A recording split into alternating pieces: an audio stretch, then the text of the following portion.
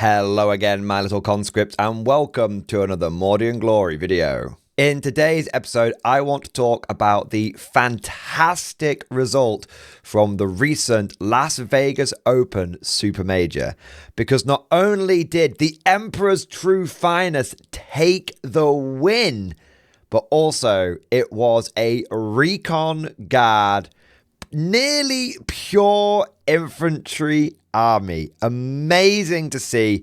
And I think there's just so much that we can learn from this game. I actually reacted to it live. I'll make sure there's a link to that down in the description below so you can see my live reaction to it. But I've slept on it now. I want to talk about this game even more because I think there's loads of lessons learned from both sides that can be drawn from this game. I think there's loads of implications that can be drawn from this game. And I just think that overall it was a fantastic game. So with all of that said, let's fix bayonets and charge right into this. Attention guardsmen, the Commissariat has detected you have not yet liked this video. Do so immediately or else you will face the Emperor's wrath. And anyone who has not yet subscribed to the channel will be transferred to the penal battalions. That is all. Move out! First things first, I want to say a massive well done to both players for getting to the final. Tyler was piloting the Death Watch, Wesley was piloting the Guard, and just to be able to get to the final of an event this big is an amazing achievement. For those of you who don't know, this was the Las Vegas Open, traditionally seen as one of the biggest events in the world, although I do think that the London Grand Tournament actually pipped it this year and was slightly larger.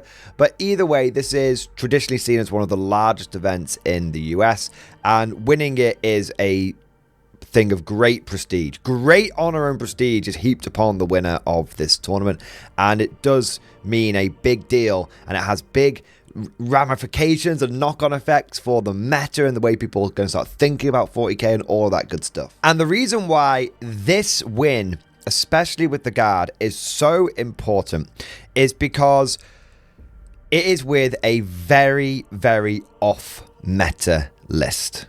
You see, at the moment, there's been a lot of chit and, dare I say, chat in the competitive scene around vehicle armies and also around elite infantry armies. At the beginning of 10th edition, we had loads of vehicles dominating the meta. Then we switched over to more of an elite infantry meta. Then knights came in, it became more vehicle meta again. And now we've started settling towards a more elite infantry meta once more. Combine this with the fact that so many horde armies have been nerfed over the course of 10th edition. A great example of this being the Unending Swarm, which now very clearly ends. And even in just the last balanced data slate, we had a Gene Stealer Cult Horde army, typically over 150 models, get taken out back and given the old yellow treatment. And this combination of factors really has made horde armies a bit of a rarity on the tabletop. There's still some of them knocking about. Clearly, there's still some of them knocking about.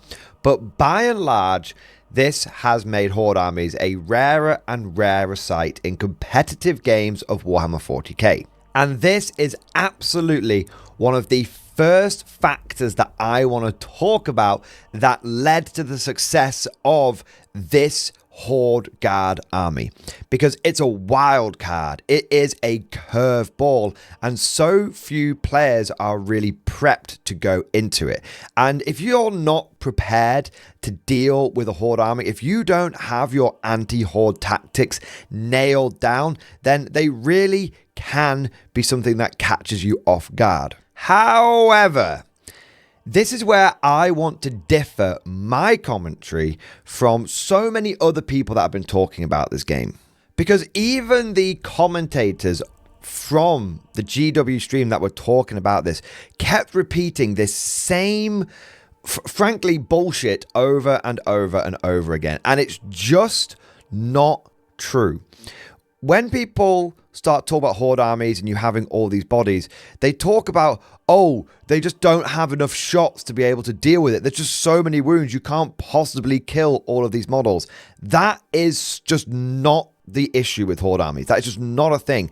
Let me tell you, it is very, very easy to table horde armies even with 200 plus bodies. It's happened to me, it's happened to loads of other people, and it absolutely could have happened in this game here. In fact, I went back and looked through the tournament run that Wesley had with his guard, and I also watched some other commentators talking about what he'd faced and breaking down like the list that he'd gone against, and there were several times, and this was actually commented from Wesley himself, he faced like Thousand Suns. He actually faced Thousand Suns twice. Bit of a weird situation where he had to face the same player twice, but we won't get into that here. And that army absolutely has the ability to just clean him up. It absolutely has the volume, no problems whatsoever, and every army that he faced had tools to be able to deal with this many infantry. So it's not the fact that he's got this overwhelming number of bodies and that this is a stat check. This army isn't a stat check, and that is a very controversial thing to say, but just trust me, okay? I've been playing pure infantry guard since 6th edition. I've been playing it for over a decade, and if you go into it as the player, as the controller of the Horde army, if you go into it with this mindset of, oh, I can just march everyone forward and be really almost negligent and almost blasé about casualties, then you will get tabled. You will get tabled. It will happen again and again and again. And in Warhammer 40k, it's such a lethal game. There's no such thing as bringing more bodies than they have bullets. I mean, look at this Deathwatch army, for example. There was a massive unit of aggressors that on Overwatch basically deleted a blob of guard infantry. You've got this absolute giga blob up here, which is pumping out all the damage. You've got more, I think it's aggressors down here. There's so much volume in this list. There is so much volume in this list. It is so easy for this Deathwatch army to, just on shooting, deliver hammer blow after hammer blow to the guard. And don't forget, when you're facing an army like Marines, they don't just operate in one phase. Even something as simple as a basic intercessor or intercessor equivalent is not only going to shoot you a load of times, but in the same turn, it's going to follow up and punch you.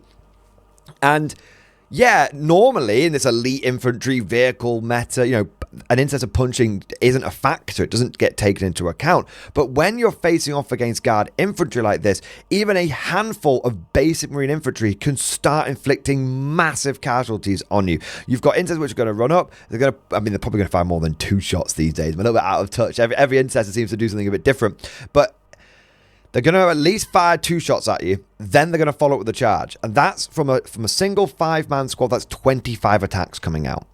Not taking into account any rerolls or anything like that. That's just a lot of volume. And that's from a basic squad, no buffs. So when I say that the Deathwatch player absolutely has the volume to deal with this, trust me, believe me on that, okay? And when you see people commenting on this game and they go, oh, well, the Deathwatch player he didn't have enough bullets, he didn't have enough damage to actually clear through his swords. He absolutely did. And you saw at so many different times, huge chunks getting ripped out of this guard army. Huge chunks. So when playing with a Horde army and when playing against a Horde army, this idea of having more bodies and they have bullets is a farce. It's a farce, and there's always going to be like some exceptions that prove the rule, but by and large, it's a farce. It's not true. When you are playing the Horde army, it's just like playing any other army. You have to manage your resources.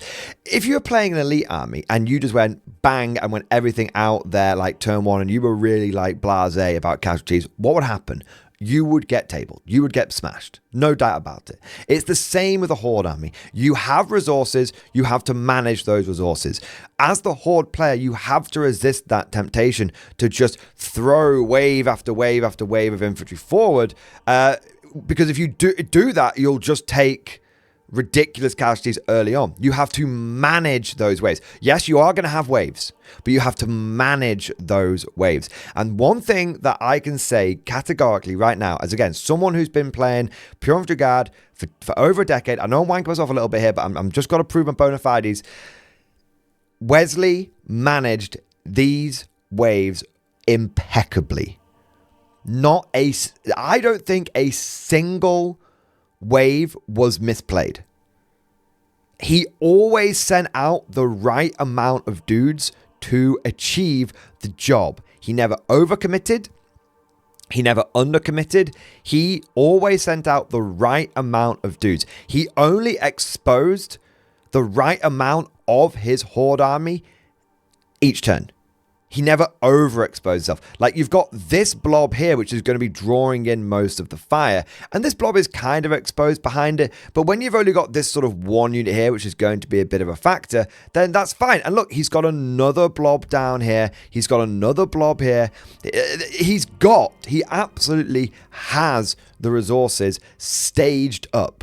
When you're playing with a Horde army like this, it's not just about screening, it's about screening and staging, just like any other army. So now that I've massively over-egged that point, what do I mean when I say if you're not ready for a Horde army, then if you're not used to facing Horde armies, then it's going to be really anti-meta. It's going to throw you off. It's going to make things difficult for you. It comes down to the tactics. It comes down to deployment. If you are not used to playing against Horde armies, there are some very obvious pitfalls, very obvious tricks that the Horde army has, which is going to really put you under pressure. The first one is falling for the trick of going wide. So you're going to see the Horde army, and it's going to go wide. And even Wesley said in his post-game interview, it's not really his deployment. He doesn't look at what his opponent does. Think about that for a moment. He doesn't really look at what his opponent is doing. He just puts the units down where they fit. He has a game. His battle plan is basically the same every single time. There's going to be some variations to it, and I don't want to put in words in his mouth, but in a very broad, generalized way, he puts his units down where he's going to put them down, and whatever his opponent does is what they do. And this is, and again, something I find when I run Pure Infantry Guard. I don't really look at what the opponent does. I focus on my game. I don't worry about their game. However, on the other side of the table, when you're running a more elite army like this, there is this mindset of you've got to place your units to counter their units. And so one of the big mistakes that you can make when facing a Horde army, it's the number one pitfall that will cost you a game before you've rolled a dice, is you try and go wide as well.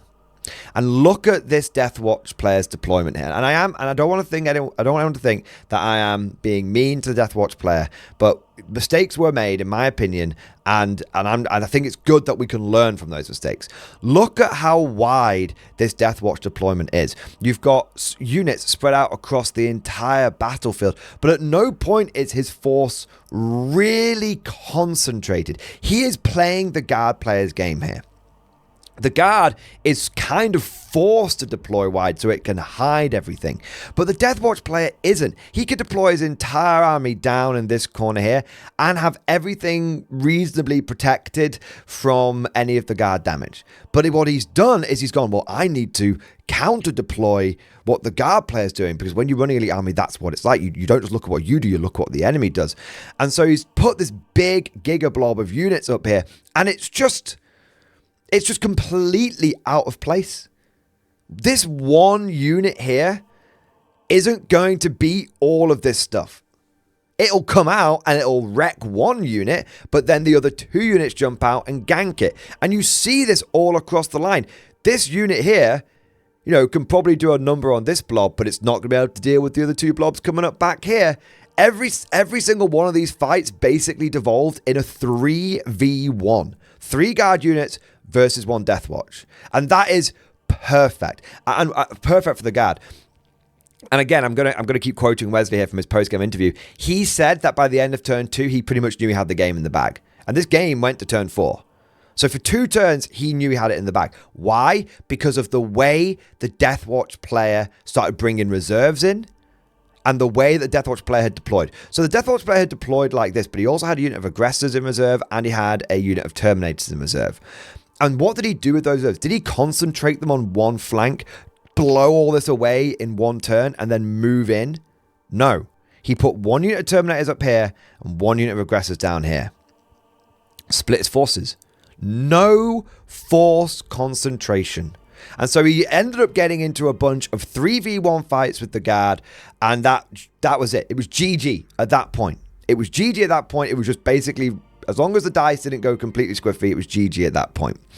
What you want to do if you're ever facing off against a horde army like this, not to tell you how to beat us, but what you need to do if you're facing off against a horde army like this is to force concentrate. They're going to go combat width. You need to go force concentrate. You cannot get in 3v1 fights because you're going to lose 3v1 fights. But if you get in a 2v3 fight, you win that. You win that every single time.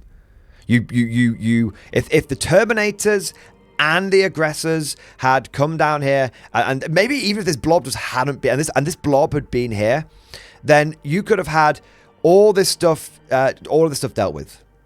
And how I would, and I actually, to get a little bit specific, what you do is you bring, there's a 10-man squad here. You bring the Terminators down here, clear the 10-man squad out with the Terminators. Then the big push comes back to push you off that. Then you bring the aggressors down. These guys move out and clear all that away. That's done. That's gone. That flank's secured then. But by splitting things out and doing it over, or doing the big drop on turn 2, it just, that was it. The moment that those two units split apart, the moment this unit was deployed up here, it was almost a foregone conclusion. And the only way the Deathwatch player might be able to bring that back if he'd gone second, but then it was basically sealed when the guard got to go second, because then they not only had the ability to have bottom of term scoring, but they also they could be patient. They could just be patient. It really puts the pressure onto the Deathwatch player. So going wide against a horde army is an example of a mistake that can be made when you're not familiar with facing horde armies. And this is why I say it's not about the weapons. It's not about the weapons. There's no such thing as I've got more bodies than you've got bullets. That is just not a thing. Everyone can kill everyone all the time in 40k 10th edition.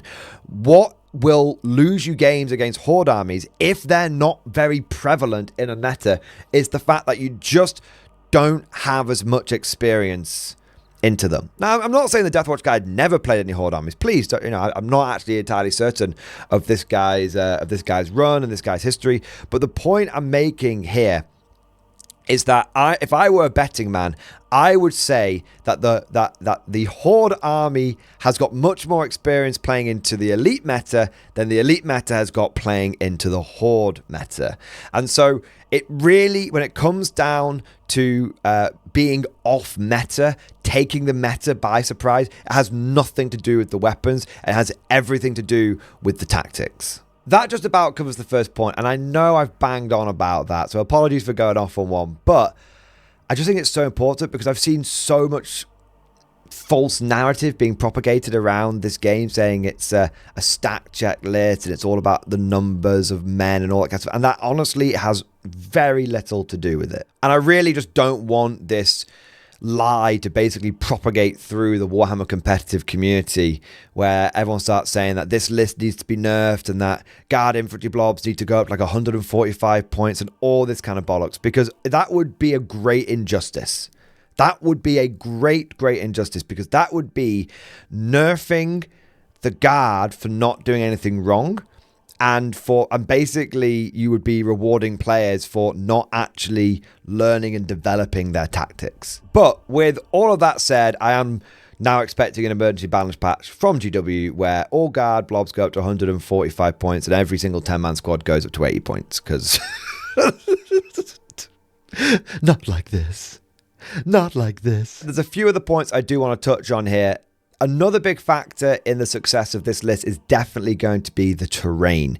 GW standard layouts like this are really open, and with guard being a more shooting army, that really helps.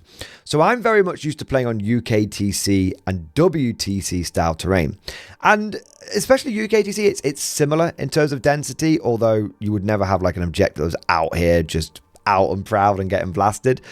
But the big one is the ruins. So you see this wall ends about here. If this was UKTC, that wall would go all the way up. If it was WTC, it would go all the way up. Same here, same with these angles here. So yes, whilst the footprints of these ruins are large and do block a lot of line of sight, The issue is how the ruins open up when you move into them. Because of the ways these ruins open up, it means that people are much more likely to bring shooting armies. If you're much more likely to bring a shooting army, then Recon Guard becomes a lot more relevant because you're actually being shot at. And therefore, you actually benefit from always being in cover. And if you've already got cover, then you get +1 to your save. And it makes your army a lot more durable. If you were to play on something like WTC or UKTC terrain, you end up facing so many more combat armies. And you basically have to play most of the tournament without a detachment rule. And I am saying this not from theorycraft, from first-hand experience. The first thing that I did when Recon Guard came out, when the Codex dropped, is I took Recon Guard to a super major UK tournament. Not a local RTT, not a local GT, the Manchester Super Major with over 500 players. UKTC terrain. Very dense. Lots of walls, a lot of shooting angles. Do you want to know how many shooting armies I faced? 0. You can go and watch the tournament report. Every army I faced was 90% plus melee orientated. 90% plus. So I basically went an entire tournament without a detachment rule. This makes a huge difference. The reason I mention the terrain in this game is because not only is it going to affect the kind of armies that Recon Guard and Wes is going to be facing coming up. And when I was looking at his run, again, I think he only really faced one melee army, Custodes. Other than that, there was like some space. There was a Space Marine Raven Guard army as well. But other than that, the other 8 games were mostly shooting. So he's played 10 games in a row. The majority of them are shooting or heavy shooting armies. This Deathwatch army is mostly shooting. He faced Tal twice, mostly shooting. Like, there was a lot of shooting armies that he got to face. And that means that his detachment rule actually is doing something in the majority of the games that he's playing. I mention the thing about terrain not just because I think it's an important factor that can lead into how someone can go 10-0 all the way with Recon Guard, but also for your benefit back home. Check the terrain that you play on. Is it WTC, UKTC, or GW Standard? The terrain that you play on is going to make a big difference to how effective the army might be. Now, I want to make something clear. I'm not saying you can't make Recon Guard work on WTC. I'm not saying you can't make Recon Guard work on UKTC. What I'm saying is that you will need to take that terrain into account for when you're managing your list on the tabletop. Here's an example. When playing on something like GW terrain and the way these ruins open up, it's very possible for the guard player to focus on orders like first rank fire and take aim. Because you move to a ruin, it opens up, you can see stuff so you can shoot stuff. If you're playing on something like WTC or UKTC terrain where it's much denser, you may end up being forced a lot of the time to be doing orders like move, move, move. And you'll see this, a lot of competitive players. You go and watch all sorts of channels like Art of War, Fireside Podcast, all the good ones, all the big ones. And they will often talk about move, move, move being the most important guard order. And the reason for that is often you need that extra 3 inches, not just for getting on objectives, which is nice, but also because it lets you get the angles. You hear people talk about that. See, I'm saying stuff that you've heard, right? And maybe you've understood like how important that phrase is, getting the angles. Maybe it's all starting to click into place now for you. But they don't just say get the angles as like a throwaway term. It's really important because you have to be able to get the angles around some of these terrain types, these terrain formats where the walls are really, really long so that you can't just go into a ruin and it all starts opening up for you. If you're using move, move, move, it means you're not using take aim or first rank fire, second rank fire. So your damage output is going to be lower. There were a couple of times in this battle where the guard blobs, and there was a little bit of luck, like when Wes rolled 14 plasma shots hitting on 4s with no rerolls and just got 15 hits because he rolled like 5 or 6 sustained hits. It was mental, okay? And then he just, made a lot, out of those 15 hits, he only dropped 3 when it came to wounding on 3s. And his opponent made no 6-up saves, and he deleted a squad of like 6 aggressors on what should have been statistically, 3 aggressors going down, ended up being all 6 going down, which was a huge swing point in the game. But the point I'm making is that because this list is playing on this kind of terrain, it has the opportunity to do so much more damage than what you would normally expect from a guard army to do. Because if I were a better man, I would say that this Deathwatch guy's played against guard blobs loads of times before. Loads of times before. And, he can place those 6 aggressors down. He does the math in his head and he goes, oh, yeah, well, last time I faced these guys, they were getting like 2 shots each, hitting on like 4, like 8 plasma shots. So maybe I'll lose like 2 aggressors. Maybe it goes to kind of like 3. Because especially when you're playing round 10, you're sort of going to be operating on a lot of instinct. So you're going to be thinking, yeah, no problem. I can go a bit wider. I can hit this guard army everywhere. Just keep removing as many casualties as possible. Yeah, that'll be fine. Guard infantry blobs don't do that much damage back. But when the guard player isn't having to give up take aim and first rank fire, second rank fire, sometimes on the same unit when you've got things like Creed in there, it means that not only are they able to move, but they can also get the angles that they want to get much more easily. And therefore the damage output is going to be much more than you expect. So terrain is a really big factor, not only for the armies that you're going to be facing off against, not only for the impact that can have on your detachment rules effectiveness, but also for how guard blobs can start getting angles easier, bringing those special weapons to bear easier, and also for the damage output that could potentially add onto the force. And a quick follow-on point from that, if you go back through and look at the armies that this Recon Guard list faced up until the final and including the final, they were actually really vehicle light. I mean, there was a couple of tower lists running around with like triple Riptide, but there was no big knight armies. I don't think he faced knights once in his run. Like I said, it was like Thousand Suns twice, Tau twice, Deathwatch at the end. Then you got Custodes and you had the Raven Guard. So 7 armies there with very little vehicles in any of them. And this was such a huge factor in this list being able to do what it can do. And of course, Wes is a very, very, very good player. So even if he faced a vehicle-heavy army, I'm sure he'd be able to handle it. Don't get me wrong. But he faced almost no vehicle-heavy armies. And that means that all of those plasma guns and all of those melter guns are actually facing into targets they can wound on 3s. It's like going back to 8th and 9th edition. Oh my god, it's such a trip. This game, actually I'm going to talk about that for a moment. This game could have come straight out of 9th edition. Before all the vehicle toughnesses got pumped up, when everyone was taking plasma and melter everywhere, this is what it felt like. Because you could wound most vehicle toughness used to be like T8 max. So your plasma guns would wound them on 4s, your melter guns would be wounding them on 3s. Most vehicles you face wouldn't be toughness 8, so everything was wounding on 3s. And when plasma and melter gets to wound you on 3s, and guard can bring so much plasma and melter, it's a huge buff for the Recon army. And I think, again, this comes into what is the meta at the moment and why is this anti-meta. If this list had gone into multiple knight armies, then I think it could have struggled. I think it could have potentially struggled. But because every single time it's basically facing into elite infantry and every blob is equipped to deal with elite infantry, that's what makes it anti-meta. It's not about the weapons that are going into it. It's about its weapons going into the armies that it's facing off against. It's not about no one having enough anti-infantry. People have enough anti-infantry, I guarantee you that.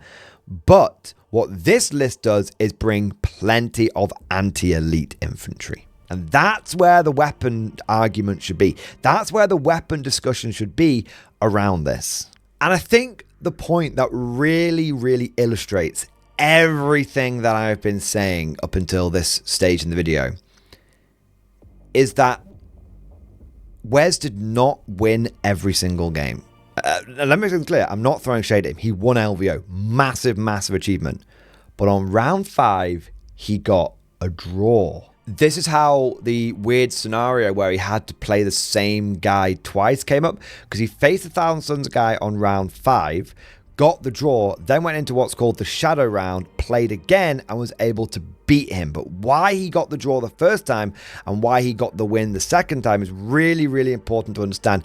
And what was happening on the Thousand Suns end of the stick is also really important to understand. Because the Thousand Suns player is someone that Wes has played before at tournaments. In fact, they've played each other a few times. And so the Thousand Suns player has a lot of experience, not only playing Wes, but specifically playing against his recon guard. And so because he had the experience, because he knew how to handle the list, he was able to mitigate a lot of the advantages that the recon guard army had. And Wes literally says this, it is post-game interviews, post-final interview, says, those Thousand Suns, they made me cry. I was really fortunate to be able to get the draw against them. I just have to try and stand on circles better than them. That's all I can do. So when he played against someone which was very familiar with how to handle horde armies, he didn't just steamroll over them. He actually ended up getting a dead draw. And then when they repaired, essentially in the shadow round, and played again, he managed to squeak a win, a very, very close win. I think there was like 5 points in it. He managed to squeak a win. And the reason he was able to squeak that win was because the mission was terraform. And so what the guard were able to do is run out there, terraform a bunch of objectives, and then get those passive points coming in. Combine that with their, I believe, correct me if I'm wrong, I believe there being a couple of dead draws on the secondary side for the Thousand Suns player at just inconvenient times. And that's what made the difference. If that mission, if the second time that mission had not been terraform, and if that thousands, or not even both, one of these two things happened, okay, it wasn't terraform on that round 6, or the Thousands player didn't get a dead draw on one of his secondaries, that game would have easily been a draw again, which would have ended the run, or if both of those things happened, it would have absolutely been a Thousand Suns win. And that would have been the end of the story. So it's very important to understand how this experience factor is so vital to being able to handle these horde armies. And I think it goes to show that also there's a little bit of luck. You have to be a little lucky to get repaired again into the same guy, and on a matchup that you already know is very, very bad for you, that you think the second time around you might not get it, and then you get the mission that's going to help you out with that passive income, and then your opponent just gets a couple of dead draws. Luck is a real factor in tournaments. It is a real factor. That's why we play. It's a dice game at the end of the day. Luck is a real factor. And hey, it makes for a great story. It makes for a great run, and it's awesome. But it goes to show you how close this run was. Wasn't a steamrolling in any way, shape, or form. It goes to show how close this run was. It goes to show how important experience is when facing off against horde armies. They're not why they're becoming anti-meta, because they've just basically been culled out the game, and weirdly that's made them anti-meta because now people aren't used to facing off against them. And it just goes to show that just a little bit of luck can go a long way. But you know what? There's one last thing which needs to be mentioned, and this is arguably the most important factor: the player. Wesley St. Hines, aka Nemo, has played hundreds and hundreds of games with Recon Guard. He has no lifed it to an incredible degree, an impressive degree, an amazing degree. And having that level of reps into a game, into a game system, and into a specific army, honing the list, just, getting it that little bit sharper every time, getting yourself a little bit sharper every single time. That is more than anything the deciding factor. It means that you can make, just of gut instinct, without even thinking, just of gut instinct, faster decisions and more efficient decisions. There's an old saying, it's funny, the more I practice, the luckier I get. And, this is kind of sort of feeding off what we were mentioning before, but luck is a thing, but also you can manage that luck by just being good. And Wes didn't win this whole thing because it was just because it was recon guard, just because it was a horde army. This guy won this event because he put the blood, sweat, and tears into becoming this fucking good. And that's the takeaway you need to have from this whole thing. If you want to get good at Warhammer 40k, you got to play. You got to get your reps in. You've got to be just honing that blade. You've just got to be honing that sharpness and just getting to the point where you can play armies on almost like a gut instinct level. Just playing them so you know them inside and out. And not only you get experience with your army, but most importantly, you get experience playing against other people's armies. Knowing your dudes and what they can do is very, very important. But knowing what they can take is also very important. And this was perfectly demonstrated by our friend Mr. Chessclock here, because throughout the entire game, the guard player had more time on the clock than the Deathwatch player, and the Deathwatch player was just scrabbling for time. And a big part of that is going to be that the guard player doesn't think. Wes doesn't think, baby. He knows. You could see him like pop up every single time it came his turn, start moving around. There was no hesitation. He knew this unit was going here. He knew this was going here because he just knows what his guys are doing. And he's making the opponent react to him, not the other way around. So important. Speaking of the chess clock, by the way, there is another great myth that horde armies take a long time to play. They don't. I've never had an issue with running a horde army and being on a chess clock. I once ran 365 conscripts in 9th edition, never timed out, finished every single game with time on the clock. Just no dramas whatsoever. It actually takes a long time to play into a horde army because most people who play into them think they have to use every bullet, every bolt shell, every single attack to clear through the models. And so it means that it typically takes longer for someone to play into a horde army rather than for the horde player. It's a great myth. It's a great myth. Again, one of these things that gets peddled around the internet for people that talk about the game but don't play the game. But before I start going off on one and ranting about 40k, we're going to wrap things up there. There's a load of other bits that go into this game and lots more to talk about. And I'm sure we'll be talking about it in streams and for videos to come. But long story short, a good player with a good list, with a bit of luck and a lot of skill, managed to win an event with Recon Guard. And that is a beautiful thing. I don't think that Horde armies or Recon Guard need any nerfs, and I'm not being biased with that in any way, shape, or form. That, as you see, I presented my case to you. I don't think they need any nerfs or anything like that. I think the number one takeaway from this game is that if you're going to be playing into hordes, you need to know how to beat them. You need to know your tactics. 40k is lethal enough. You have the weapons at your disposal. It's about force concentration, and it is about making sure that you don't play into the horde armies game. If you can do that, then with a bit of experience and a bit of knowledge, you won't find horde armies a problem at all. But of course, all of this is just like my opinion, man. Let me know what you guys think down in the comment section below. What do you think about horde armies? What do you think about recon? What do you think about the meta? All that kind of good stuff. If you enjoyed today's video and you want to see more competitive commentary like this, then make sure you go ahead and subscribe to never miss an episode. Would you like to know more?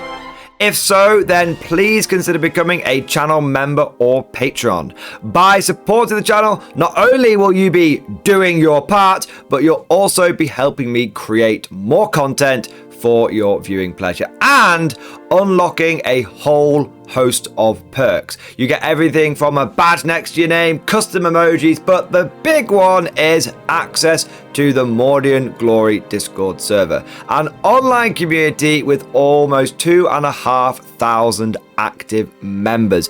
It's always popping off in the MG Discord. We've got channels for army lists, hobbying, tactics, stories, and even a pretty spicy meme section as well.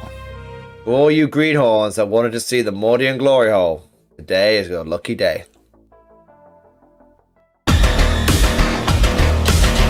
And joking aside, I do want to say a massive thank you to all of the current channel members and patrons.